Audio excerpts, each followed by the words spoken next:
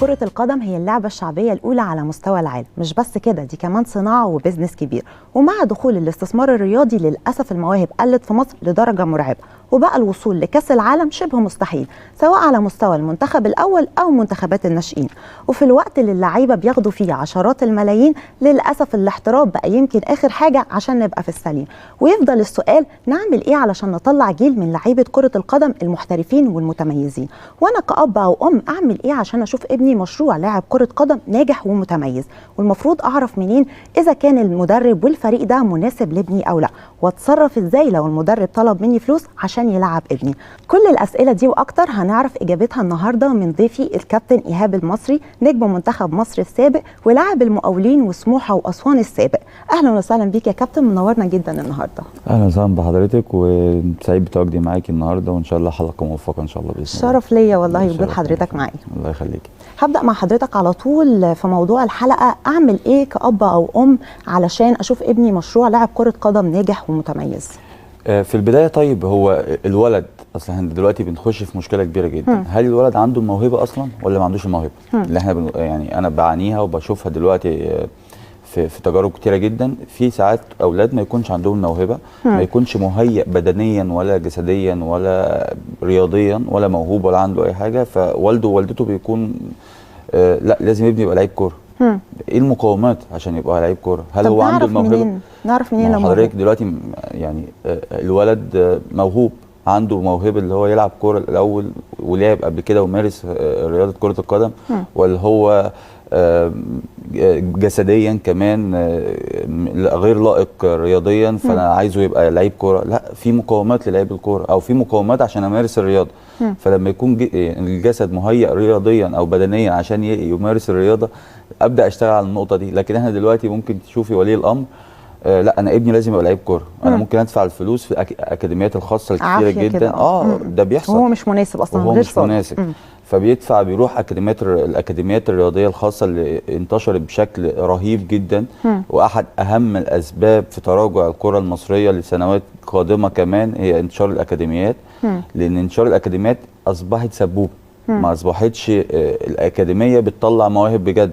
لا، العدد بيكتر في الاكاديميه، فالمدرب بيطلع من الاكاديميه دي على الاكاديميه دي، بياخد فلوس من هنا وبياخد فلوس من هنا، تلاقي اعداد كبيره، اعداد رهيبه. الاولاد ما بتبقاش تاخد الجرعه التدريبيه المطلوبه اللي تقدر تنمي الولد واللي تقدر تزيد من مهاره الولد. لو عنده 50% مهاره، انا كمدرب ايه شغلتي في الاكاديميه؟ لو جالي الولد، انا مش مطالب ان الولد يجي لي موهوب 100%. انا ممكن الولد يجي لي عنده موهبه 50%، وانا كمدرب دوري اللي انا انمي له الباقي، اشتغل على الجزء الباقي. لكن انا في مدربين برضو في اوقات كتيره بتبقى عايزه الولد يجي ميسي. لا، ما هو الولد، لا، الولد لسه صغير، مثلا 8 سنين 9 سنين، لسه في بدايه حياته او في بياخدوا خطواته الاولى في مجال كره القدم. فلازم اكون صبور معاه، عندي رؤيه كمدير فني او كمدرب. انا ممكن اشوف في الولد حاجات ما يشوفهاش البني ادم الطبيعي او البني ادم العادي. لا، لازم تكون عين المدرب او عين المدير الفني مختلفه تماما عن اي نظره او اي رؤيه لاي شخص تاني بره المستطيل الاخضر.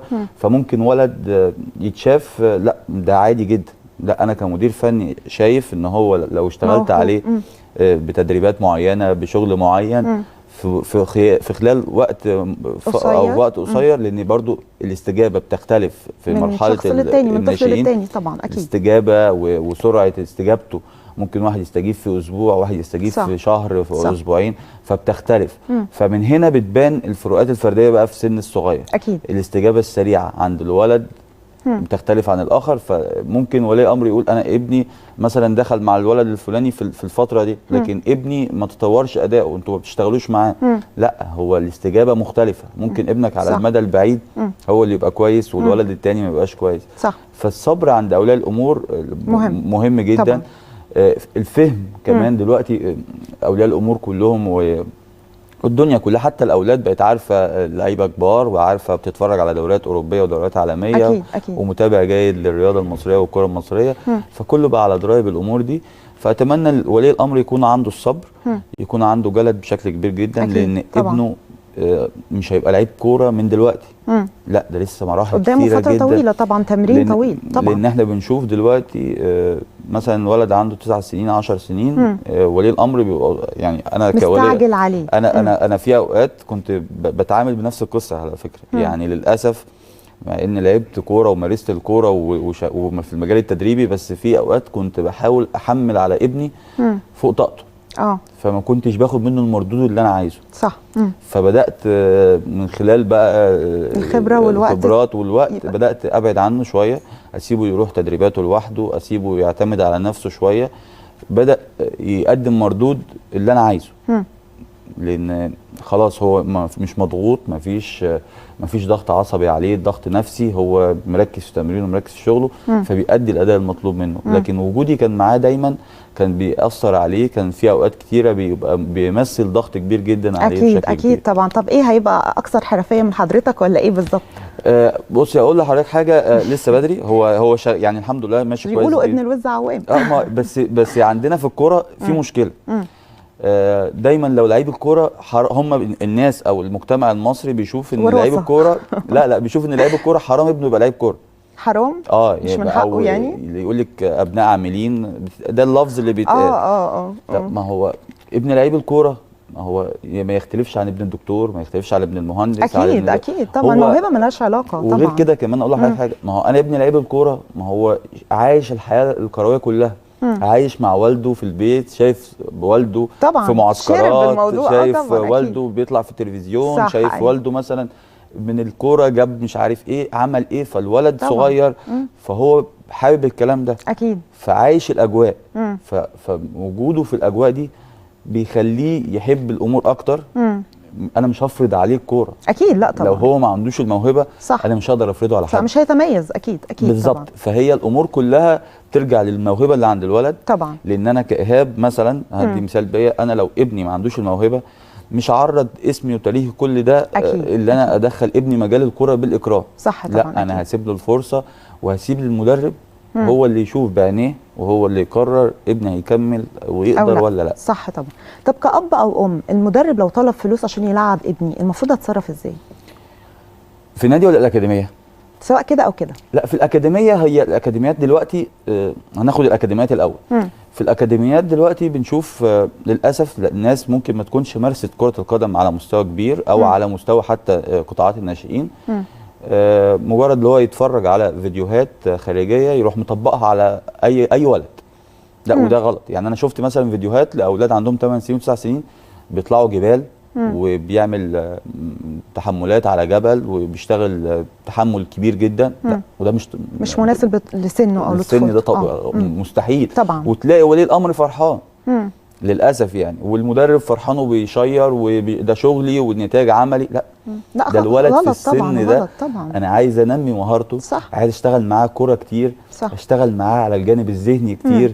اشتغل معاه على الحضور الذهني بتاعه. الامور أكيد. الفنيه الفوت ورك بتاعه ده كله اللي انا اشتغل عليه.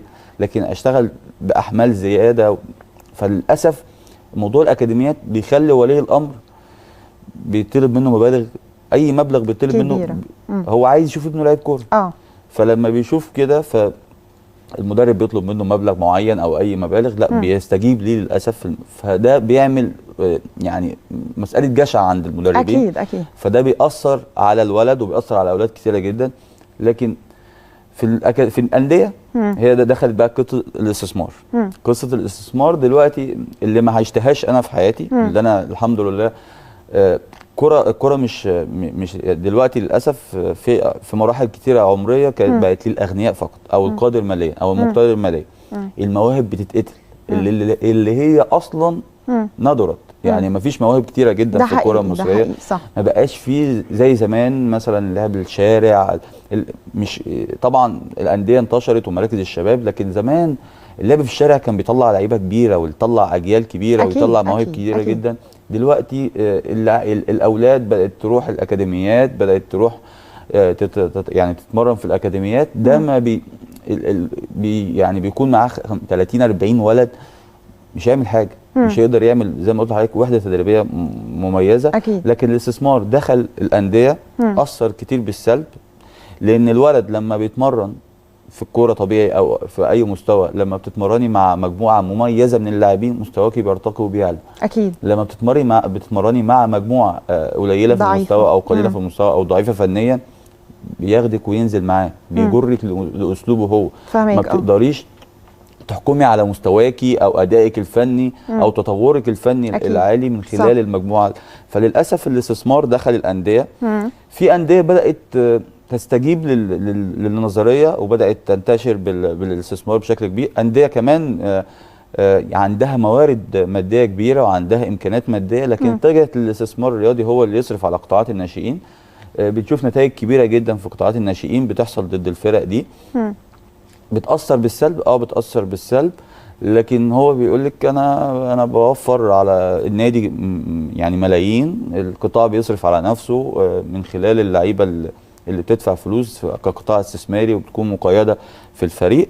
لكن زي ما قلت لحضرتك في انديه تداركت السلبيات بشكل كبير جدا. كان في سلبيات لاول سنه استثمار في قطاعات كتيره جدا من الناشئين. السنه دي الايجابات كترت شويه، بداوا يعني بدا يبقى في تقنين شويه لموضوع الاستثمار، بدا يبقى في عدد محدود بيبقى موجود في الفرقه، لان كانت الامور الموسم السابق مثلا او الموسم اللي فات كانت اعداد كبيره، كان ممكن يوصل ل 10 و12 و15 لعيب في الفرقه، وده كان بيأثر كتير جدا. أكيد. السنه دي لا، الاعداد قلت بشكل كبير. اتمنى ان الكره ترجع زي ما احنا كنا عشناها وشفناها وحبيناها في قطاعات الناشئين، لان هي الاساس.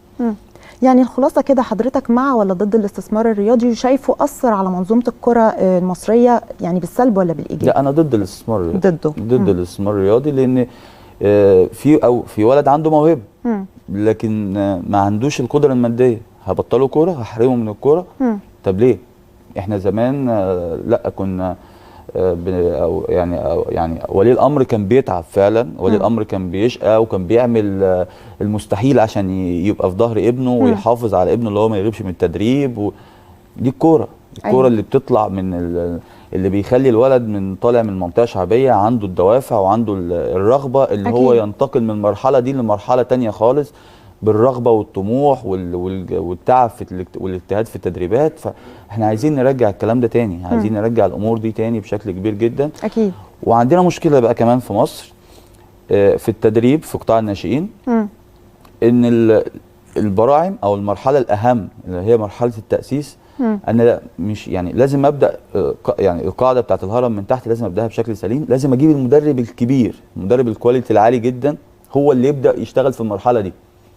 ما اجيبش اي حد، لا، لان هي دي المرحله الاهم في تكوين اللاعب الكوره الاساس. يعني يمكن مستر كروش كان بيتكلم، اعتقد كان في تصريح ليه قبل ما يمشي، ان اللاعب المصري في منتخب مصر كان في لعيبه كتير تفتقد لاساسيات كره القدم. ده تصريح كارثي. عشان كده انا بقول لحضرتك ان في مرحله البراعم ال8 و9 سنين و10 سنين لازم المدير الفني اللي يكون متواجد في هذه المرحله السنيه يكون ذو اسم كبير، أكيد. اللي عنده امكانيات كبيره، خبره كبيره جدا. المقابل المادي للمدير الفني للاسف مهم جدا، لان انا بشوف تجارب كتيره جدا. المدير الفني عندنا في الانديه دلوقتي ممكن تلاقيه حضرتك مش بيتقدر بالشكل الكافي وبياخد مقابل مادي ضعيف جدا، فبتلاقيه بيخلص الوحده التدريبيه بتاعته يجري على اكاديميه تانية عشان ياخد مقابل مادي تاني، أكيد. يجري يشتغل في نادي تاني. ودي للاسف كوارث كبيره جدا طبعا. لما أكيد. تلاقي مدير فني او مدرب شغال في نادي واثنين وثلاثه في مراحل سنيه مختلفه، الجوده اكيد هتبقى اضعف طبعا. اكيد. يعني انت حضرتك متخيله عشان ما فيش مقابل مادي مجزي طبعا، فهو بيدور على دخل تاني ودخل ثالث ودخل رابع. فتلاقي المدرب بيخلص الساعه ونص او الساعه اللي بيخلصها في النادي طبعا. ده بيجري على اكاديميه خارجيه طبعا. بيجري على نادي تاني في مكان تاني في مرحله سنيه مختلفه طبعا. عشان أكيد. ما يكونش فيه تعارض مثلا مع المرحله السنيه الاخرى. انا بشوف ده بياخد من اللاعب وبياخد من المدرب بشكل كبير جدا طبعا. والنتيجه في الاخر كلنا بنشوفها للاسف يعني. أكيد. فانا هي الاساس والقاعده هي في مرحله قطاعات الناشئين. اذا اديرت وتم التخطيط ليها بشكل مميز وشكل جيد، اعتقد هنلاقي مردود على المستوى البعيد افضل بكتير جدا. اكيد طبعا. اكيد. بطوله كاس العالم خلاص على الابواب، وللاسف المنتخب بتاعنا مش مشارك فيها. شعور حضرتك ايه وانت بتشوف المنتخبات المشاركه في البطوله؟ عايز اقول لك يعني احنا يعني في قمه الحزن طبعا على الكره المصريه. يمكن انا عشت لحظتين الوصول لكاس العالم 90 و2018. يمكن 2018 بقى يمكن من اللحظات الاقوى كمان كنت خارج البلاد، كنت في الاردن، وعشت لحظه من اسعد لحظات حياتي واحنا بنصعد لكاس العالم. احساس يعني ودموع واحساس فرحه واحساس ما يقدرش يوصفه رائع طبعا اكيد. ملوش علاقه بلعيب الكوره، يعني انا ما حسيتوش بلعيب الكوره، لا انا حسيته بالانسان العادي، الانسان الطبيعي اللي الكل كان فرحه، والناس طبعا. حتى هناك الجاليه المصريه هناك كانت خرجت جدا طبعا اكيد. فالحاجات دي بتفرح.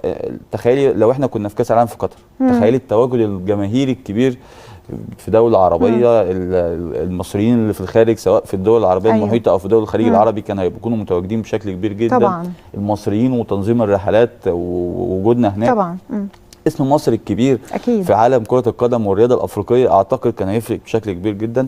حزين، لكن احنا نستحق افضل من كده في مجال الكوره. أكيد. نستحق وصول لكاس العالم، نستحق ان احنا نكون نرجع ابطال افريقيا تاني، لكن مش بالكلام، بالشغل، بالتخطيط الجيد زي ما قلت لحضرتك، تلاشي الاخطاء اللي حصلت الفترات اللي فاتت. أكيد. كنا قاب قوسين او ادنى ان احنا نوصل لكاس العالم طبعا. بس مباراه السنغال طبعا. طب امتى ممكن نشارك في البطوله بشكل مستمر؟ زي ما قلت لحضرتك الاستمراريه، خلق اجيال جديده متلاهمه عشان نقدر نكون عندنا استمراريه في كره القدم، فتح باب الاحتراف. احنا عندنا مشكله، اللعيب دلوقتي في سن صغير لو جاله في مرحله 16 او 17 سنه لو جاله عقد احتراف، الانديه بتغالي جدا في الطلبات، بيبقى عندها اصرار كبير جدا وتعنت مع اللاعب، ما بتفكرش اللي هي تخرجه بشكل كبير. فده بيأثر على اللاعب، يعني الانديه ورغبتها في التمسك بلاعيبتها وعدم المرونه في التعاقد مع او العروض اللي مقدمه للاعبين، اعتقد ده بيأثر كبير جدا. لازم يكون عندنا قاعده احترافيه كبيره جدا، لازم يكون عندنا 1 و2 و3. ليه ما يكونش عندنا محمد صلاح تاني وثالث ورابع؟ يا ريت طبعا. لان اللي فرق محمد صلاح عن باقي زمايله العقليه، اللي طبعا. احنا في اوقات كثيره كان في ناس بتقعد تتريق على محمد صلاح والكلام عن العقليه، لا العقليه مختلفه تماما. العقليه بتفرق عن لاعب محترف، عن لاعب اخر، عن لاعب كره عايز يكمل، او واحد بيكتفي بموسم فقط، بيكتفي بمباراتين فقط في الموسم. للاسف هي العقليه تختلف من لعيب لاخر، وهي دي اللي بتميز محمد صلاح عن باقي اللعيبه الكره المصريه. طبعا. عايزه حضرتك تكلمني اكتر عن اسباب عدم وصولنا للبطوله. اسباب عدم وصولنا زي ما قلت لحضرتك هي في البدايه الاختيارات. احنا عندنا برضو مشكله الحساب بالقطعه، احنا ما عندناش مشروع كامل. يعني مثلا ما بجيبش، احنا كنا ممكن من جيل 2000 الجيل اللي كان يستحق الوصول لكاس العالم فعليا وبكل شيء في كل الجوانب، فنيا وبدنيا وذهنيا وكل شيء، هو جيل 2006 و2008 و2010، جيل كابتن حسن شحاته. هو الجيل الاحق في تاريخ الكره المصريه ككل بعد جيل كابتن الجوهري 90 اللي يوصل كاس العالم، اللي احنا شفنا منه كل الانجازات، شفنا كل.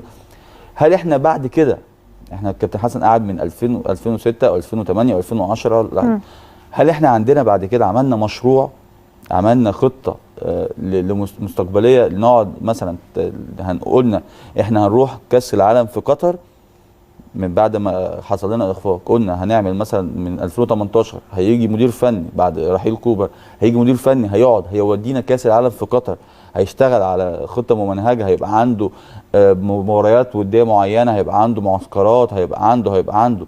هل ده بيكون موضوع في الكره المصريه؟ للاسف ما بيكونش عندنا. لان دلوقتي احنا بنشوف السنه الجايه مثلا من دلوقتي الدوري الانجليزي اتحدد انطلاقه، احنا ما عندناش انتظام في مسابقات عشان يفرز لعيب جيد. ده حقيقي. ما عندناش مباريات قويه خارجيه تقدر نقدر نقف على مستوانا، نقدر نشوف احنا وصلنا لفين في المستوى الفني او المستوى البدني. الفروقات البدنيه الكبيره جدا اللي احنا بقينا بنشوفها في اللعيب المصري واللعيب الاوروبي او اللعيب المحترف الاجنبي، احنا عندنا قصور في النقطه دي، باستثناء لاعب او اتنين. ده حقيقي. العقليه الاحترافيه عند اللاعب المصري قلت بشكل كبير جدا، فده بيساعد وبيساعد على تطور وبيساعد على انخفاض الكره المصريه. لان مثلا اللي بيميز احمد سيد زيزو في الفتره الاخيره، الناس بتتكلم ان زيزو متطور فنيا ومتطور بدنيا، عايش حياه لاعب الكره المحترف، حتى في تصريحاته متزن، شغله بره الكوره لا مركز في حياته كلها كوره، لان هو عارف ان لعيب الكوره فتره في حياته هي فتره مؤقته لحد سن معين. صح. وخلاص، فهو يديها حقها بكل اللي فيها. فهيشتغل عليها هيتطور. طبعاً. احنا ما عندناش الكلام ده في اغلبيه اللاعبين للاسف. هنشوف الفروقات الفنيه والبدنيه في المباريات بيننا وبين المنتخبات الاوروبيه في الاحتكاك البدني طبعاً. بيبقى واضح جدا. وده احد الاسباب المهمه اللي احنا ما بنشتغلش عليها.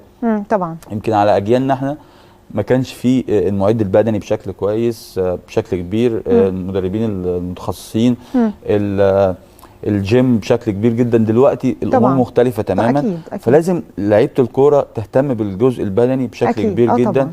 عندنا قصور في النواحي الفنيه، عندنا قصور في التكتيكس العام للعيبه الكوره. طبعا. لازم يبقى عندي مرونه تكتيكيه في كل الاعمار، في كل المراحل، اقدر اشتغل على لعيبه الكوره. احنا لما الراجل جه غير من 4-2-3-1 ل 4-3-3 احنا عملنا مشاكل كبيره جدا في الكوره المصريه. ليه وازاي يغير وازاي ما لا، احنا عايزين لعيب رقم 10 يا جماعه. الكوره بتتطور. اكيد. احنا بنشتغل دلوقتي في البراعم في قطاع الناشئين دلوقتي كمان. مثلا انا بدات فتره اعداد من شهر 8. اشتغلت احنا والجهاز اشتغلنا في الفتره دي على كل طرق اللعب. طبعا. لعبنا ب 4-2-3-1 ل 4-3-3 4-3-2-1 3-4-3 3-5-2. اشتغلنا بكل طرق اللعب في خلال فتره الاعداد. انا بشوف الماتش محتاج ايه وبعمل عليه وبشتغل عليه كده. بوجد على حسب القماش اللي معايا، بوجد طرق لعب كتير. أكيد. وبغير من شكل في خلال سير اللقاء، بغير من طرق لعبي وبغير من اشكال كتيره جدا. طبعا. دلوقتي احنا لو غيرنا سيستم او طريقه لعب الدنيا بتقوم ما بتقعدش. بنشوف ان مثلا فيريرا في الزمالك لما لعب 3-4-3 عمل انجاز كبير جدا وبقى شكل مختلف. صح. مع ان هو فيريرا شاف اللي عنده عجز في الناحيه الدفاعيه بعد رحيل طارق حامد، فلعب ب 3-4-3 عشان يامن الناحيه الدفاعيه. صح. هو كلام في النقطة دي للأسف طبعا. يعني وقت البرنامج مش هنخلص طبعا. أكيد وعايز حلقات وحلقات. ده حقيقي. كلمني أكتر عن مين ممكن يبقى الحصان الأسود أو مين ممكن يكون مفاجأة البطولة. لا، مفاجأة البطولة بتاع كأس العالم طبعا هو الحدث الأهم دلوقتي. والعالم كله بينتظر بشغف مباريات كأس العالم، وإزاي هنشوف ابتكارات المديرين الفنيين، وإزاي مباراة خاصة على الخطوط ما بين المديرين الفنيين. اعتقد ممكن نشوف، انا اتمنى مش هشوف كمان، انا اتمنى اشوف السنغال ليها دور قوي جدا، عنده جيل محترم من اللاعبين يقدر يمثل قاره افريقيا بشكل كويس جدا. اتمنى اشوف السنغال يكون ليه دور في كاس العالم. من محبي الكره الانجليزيه فاتمنى اشوف انجلترا في كاس العالم بشكل مختلف. عنده جيل برضو من اللاعبين قادر على صناعه الفارق في الكره العالميه. انجلترا بتتطور في كره القدم بشكل مختلف وبشكل أكيد. رهيب الفتره الاخيره. بقى عنده منتخب قادر على الوصول لابعد المراحل في كاس العالم. لكن كاس العالم سيبقى كاس العالم منافسه قويه جدا، منافسه مهمه طبعا. لكن من يعني المرشحين الابرز يعني للوصول لنهائيات كاس العالم او لنهائي كاس العالم اسبانيا، فرنسا، البرازيل طبعا، ارجنتين طبعاً. المانيا.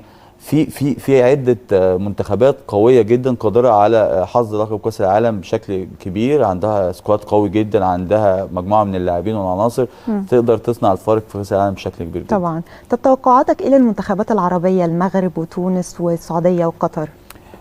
قطر زي المشروع اللي كنا بنتكلم عليه اشتغل عليه بشكل كويس بقاله فتره. مجموعه عناصر من اللاعبين بتتدرج في السنين او المراحل العمريه مع بعض بقالهم فتره.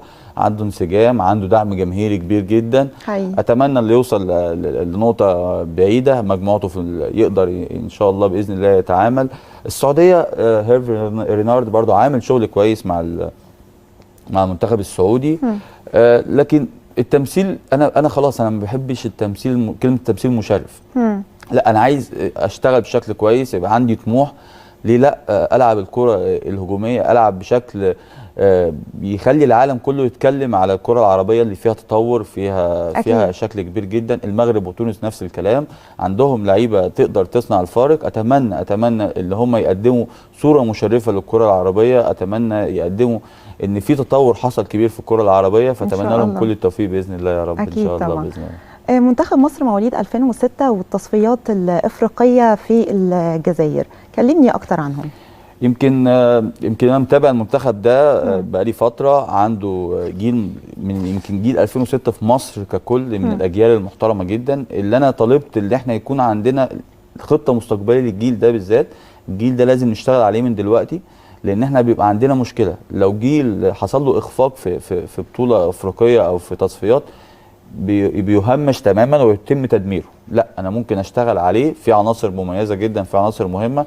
البدايه كانت مفاجاه بالنسبه لنا كلنا، الخساره من المنتخب الليبي الشقيق المحترم ليه كل الاحترام، لكن فنيا وبدنيا وكل شيء احنا افضل بكتير جدا من كافه النواحي قدام المنتخب الليبي. لكن سوء توفيق كبير جدا، ويعني سوء توفيق من كل اللاعبين حتى والجهاز الفني، اداره المباراه بشكل غير جيد في هذه المباراه. خسرنا المباراه وكانت مفاجاه، لكن لما لعبنا بادائنا قدام تونس بالروح العاليه والاداء الفني العالي والجيل اللي انا بقول لحضرتك جيل يستحق التواجد في محافل كبيره جدا، قدرنا نتغلب على تونس 3-1 بقياده العمرين اللي انا بشوفهم، عمر سيد معوض وعمر خضر، اتنين من العناصر مميزه جدا، ابراهيم عادل وحسام عادل التوأم اللي عنده امكانيات كبيره جدا. لا، الجيل ده قادر ان شاء الله باذن الله، وهو عشان يعني يستحق الظروف خدمته تاني ورجعته للبطوله. اتمنى ان شاء الله باذن الله مباراه المغرب تكون بوابه الصعود ان شاء الله باذن الله افريقيا ان شاء الله، لان هم يستحقوا الصعود باذن الله. اكيد. في نهايه الحلقه كده، توقعاتك مين يكسب الدوري المصري؟ لا، لسه بدري، يعني احنا لسه في البدايه. يعني لو جينا بعد كده في نص الموسم توقعات كده مبدئيه. لا، هي البدايه في بدايه مبشره للدوري المصري ككل. الدوري المصري الموسم ده في اكتر من فرق اللي احنا كنا بنقول عليهم فرق المنتصف الجدول، لا بقوا رقم صعب جدا في الدوري، خصم ومنافس شرس. الاتحاد السكندري عامل تدعيمات كبيره جدا وعامل بدايه ولا اروع مع زوران، عنده عناصر مهمه جدا. المصري مع كابتن ايهاب جلال عامل تدعيمات، سيراميكا، فيوتشر طبعا. ففي فرق كتيره جدا عامله تدعيمات بشكل كبير جدا، لكن ستظل المنافسه بين اهلي وزمالك وبيراميدز. فاعتقد المنافسه هتبقى شرسه الموسم ده جدا جدا جدا، اقوى من المواسم السابقه. فاتمنى يعني ده كله في صالح منتخب مصر وفي صالح الكره المصريه ان شاء الله باذن الله. ان شاء الله. ميرسي جدا، حضرتك نورتنا جدا. شكرا لحضرتك، شكرا جدا، كنت سعيد جدا معاك. نتمنى التوفيق وترجع الكرة المصرية تتسيد من تاني قارة افريقيا، ويبقى عندنا 20 لاعب زي كابتن محمد صلاح. خلصت حلقتنا، اشوفكم في حلقة جديدة وسؤال جديد من برنامج اعمل ايه. ما تنسوش لو في اي موضوعات حابين ان انتوا تشوفوها في الحلقات الجاية تبعتوا لي على السوشيال ميديا على صفحاتي باسم مروة حازم باللغة الانجليزية. اشوفكم على خير ان شاء الله.